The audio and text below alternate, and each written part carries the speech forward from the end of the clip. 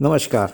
मैं बाबा अनिल मजूमदार आज आपके सामने ये बता रहा हूँ कि शमशान घाट की बहुत सारी पूजा बताई हूँ, तो वहाँ पर जाने में कभी कभी भूत प्रेत चल जाता है। लेकिन ध्यान रहे, भूत प्रेत सिर्फ जो कमज़ोर जो दिल दिमाग के होते हैं अथवा जो भयग्रस्त होते हैं पहले से भूत प्रेत से, उन्हीं पर चढ़ता है। या पुरुष या स्त्रियां जो बृहस्पतिवार या किसी समय जो दोपहर के समय किसी निर्जन स्थान पर मूत्र त्याग करते हैं और जो है वहाँ से पहले से देवी देवता या कोई भी भूत प्रेत कोई भी उनको हटाते नहीं हैं, ताली बजा के कहते नहीं हैं और धड़ धड़ धड़ धड़ मूत्र त्याग करने लगते हैं, तो भाई ऐसे लोगों पर तो गुस्सा आएगी। क्यों नहीं आएगी? यदि हम वहाँ कहीं पर बैठे हैं, हमारे सर के ऊपर कोई धड़ धड़ धड़ धड़ मूतने लगे तो उसको भी गुस्सा आ जाएगी। जब मैं जितना भी निर्बल हूँ लेकिन लड़ूंगा तो है ही है। तो वो जो है भूत प्रेत उनके शरीर में आके उनके मस्तिष्क को बिल्कुल काबू में कर लेते हैं, अपने हिसाब से काम कराते हैं। लेकिन इसमें कम से कम समझिए 75 से 85% जो हैं औरतें, लड़कियां, युवा, पुरुष जो भी हैं वो घर वालों को बेवकूफ़ बनाते हैं। उन पर ना कोई भूत ना प्रेत, या मानसिक रोगी होते हैं, उनको भूत प्रेत का नाम दिया जाता है। बहुत लोग उसमें बालाजी के दरबार दौड़ते हैं। बहुत लोग जो है जो करौली बाबा के दरबार में, अब बहुत सारे बाबाएं हैं, बहुत सारे मौलवी जो हैं उनके यहाँ जाते हैं, लेकिन फ़ायदा तो कुछ होता नहीं है ना, क्योंकि वो चूतिया बनाते हैं ना, या मानसिक रोगी होते हैं। भूत प्रेत के असली रोगी सिर्फ संसार में हमारे ख्याल से 15% होंगे, है ना। तो उन्हीं को जो कमज़ोर दिल दिमाग के हैं उन पर अपने आत्माएं, भूत प्रेत, प्रेतात्मा जो भी कहिए, वो दिल दिमाग पे काबू कर लेते हैं, अपने अनुसार ढाल लेते हैं और अपनी जो अतृप्त वासनाओं को हो उन्हीं लोगों से पूरी करते हैं। अब मैं एक मंत्र आपको बताना चाहे, भूत प्रेत को झाड़ा उतारने का सावर मंत्र। ये बहुत बड़ा है, मैं पढ़ के बताऊंगा। बहुत लोग कमेंट करते हैं पढ़ के बताओ। भैया पढ़ के बताओ, नहीं तो क्या इतने इतने बड़े बड़े मंत्र मुझको कहाँ से याद रह जाएंगे? मैं कोई कंप्यूटर तो हूँ नहीं, है ना। और जो है जब कभी किया तो किया था, अभी तो मैं बड़े बड़े अनुष्ठान करता हूँ बस, और ये सब मंत्रों में अब तो बहुत दूर हो चुका हूँ। तो मैं मंत्र पढ़ रहा हूँ, कृपया करके उसको कोई वो ना लीजिएगा। तो मैं मंत्र पढ़ रहा हूँ। जयति हनुमान जी निज ध्यान भूत धरूं सेबूं वीर हनुमंत जटाजूट अवधूत जंग जंजीर लंगोट गाड़ी भूतकूं वश कर प्रेतकूं वश कर गदा की मार दे तेल सिंदूर फल फूल राग मंगल चढ़े आप देखें जब रोट होवे सत्य की नाथ नरसिंह खेवे दुष्ट की लात बजरंग देवे टोटें वज्र किवाड़ वक्त की कड़ी 4,80,000 वश कर रावण जी बीनी धड़धड़ी सत्यवीर हनुमान बरस 12 के जवान हाथ में लड्डू मुख में पान सीता की खोज गए तो मुँह से पति अनाथ की नहीं करोगे का महाराज हनुमंता गुणवंता गजंता घोटंता डगरी बैठे राजा करत झाड़ी लावे सिद्धि लावो राजा परवा वश कर बड़ी बेग मेरे पास लावो मेरे पास बड़ी बेग नहीं लाओगे तो माता अंजनी का दूध पिया हलाल से हराम करोगे।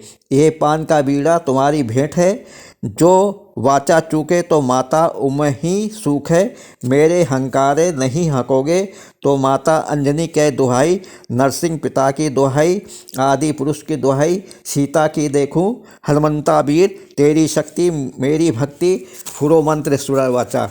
भैया इतना बड़ा मंत्र है इसको याद कर लीजिएगा ना, क्योंकि पढ़ के तो आप किसी को वो नहीं कर पाएंगे, याद कर लीजिएगा और बार बार रिकॉर्ड करके पॉज कर करके इसको सुनिएगा, है ना।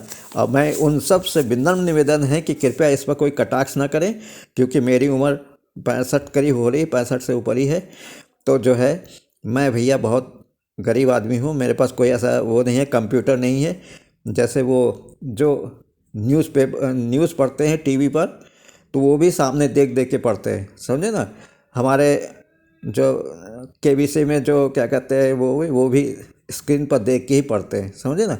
तो मेरे पास ऐसा कोई स्क्रीन या कोई कंप्यूटर तो नहीं है। तो मैं तो भाई जो लिखा हुआ मेरे पास है, मेरे गुरु ने दिया है, उसी को पढ़ के बताऊंगा कि कोई शब्द छूट ना जाए। हाँ, इस मंत्र को करने के लिए आप किसी भी दिन घर में आंगन या कमरे को अच्छी तरह से लीप पोत के धूप दीप पंचोपचार से पूजन करके हनुमान जी का, और उनको लड्डू का भोग चढ़ा के इस मंत्र का कम से कम 1100 बार आप जाप करेंगे तो मंत्र आपका एक्टिव हो जाएगा। हनुमान जी नहीं आएंगे, पहले बता दे रहा हूँ कि हनुमान जी अब सोचे सामने आ जाएंगे।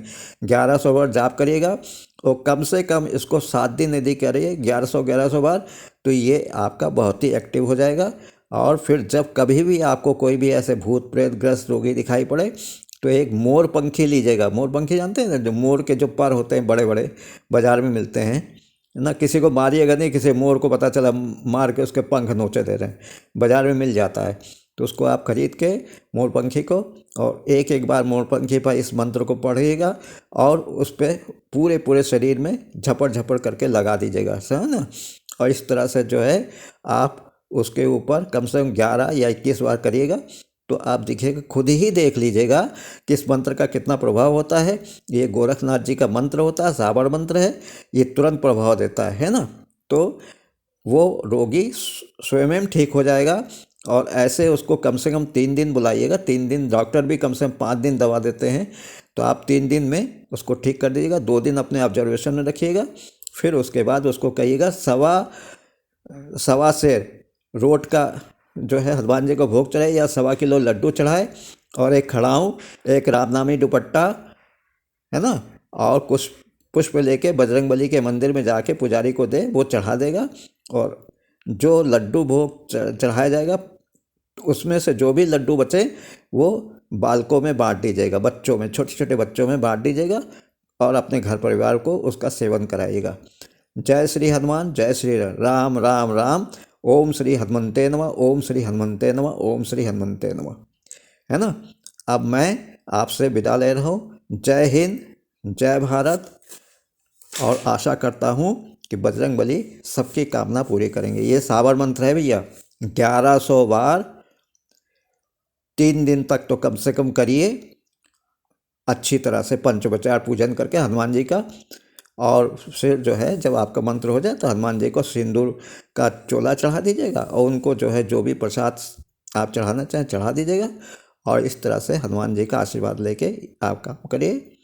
जो तांत्रिक लोग हैं, जो नए नए लोग हैं, वो इस तरह काम करेंगे, भूत प्रेत दूर हो जाएंगे, उनकी यश सम्मान बढ़ेगा। जय हिंद, जय भारत, जय श्री हनुमान, राम राम राम। ओम श्री हनुमंते नमः।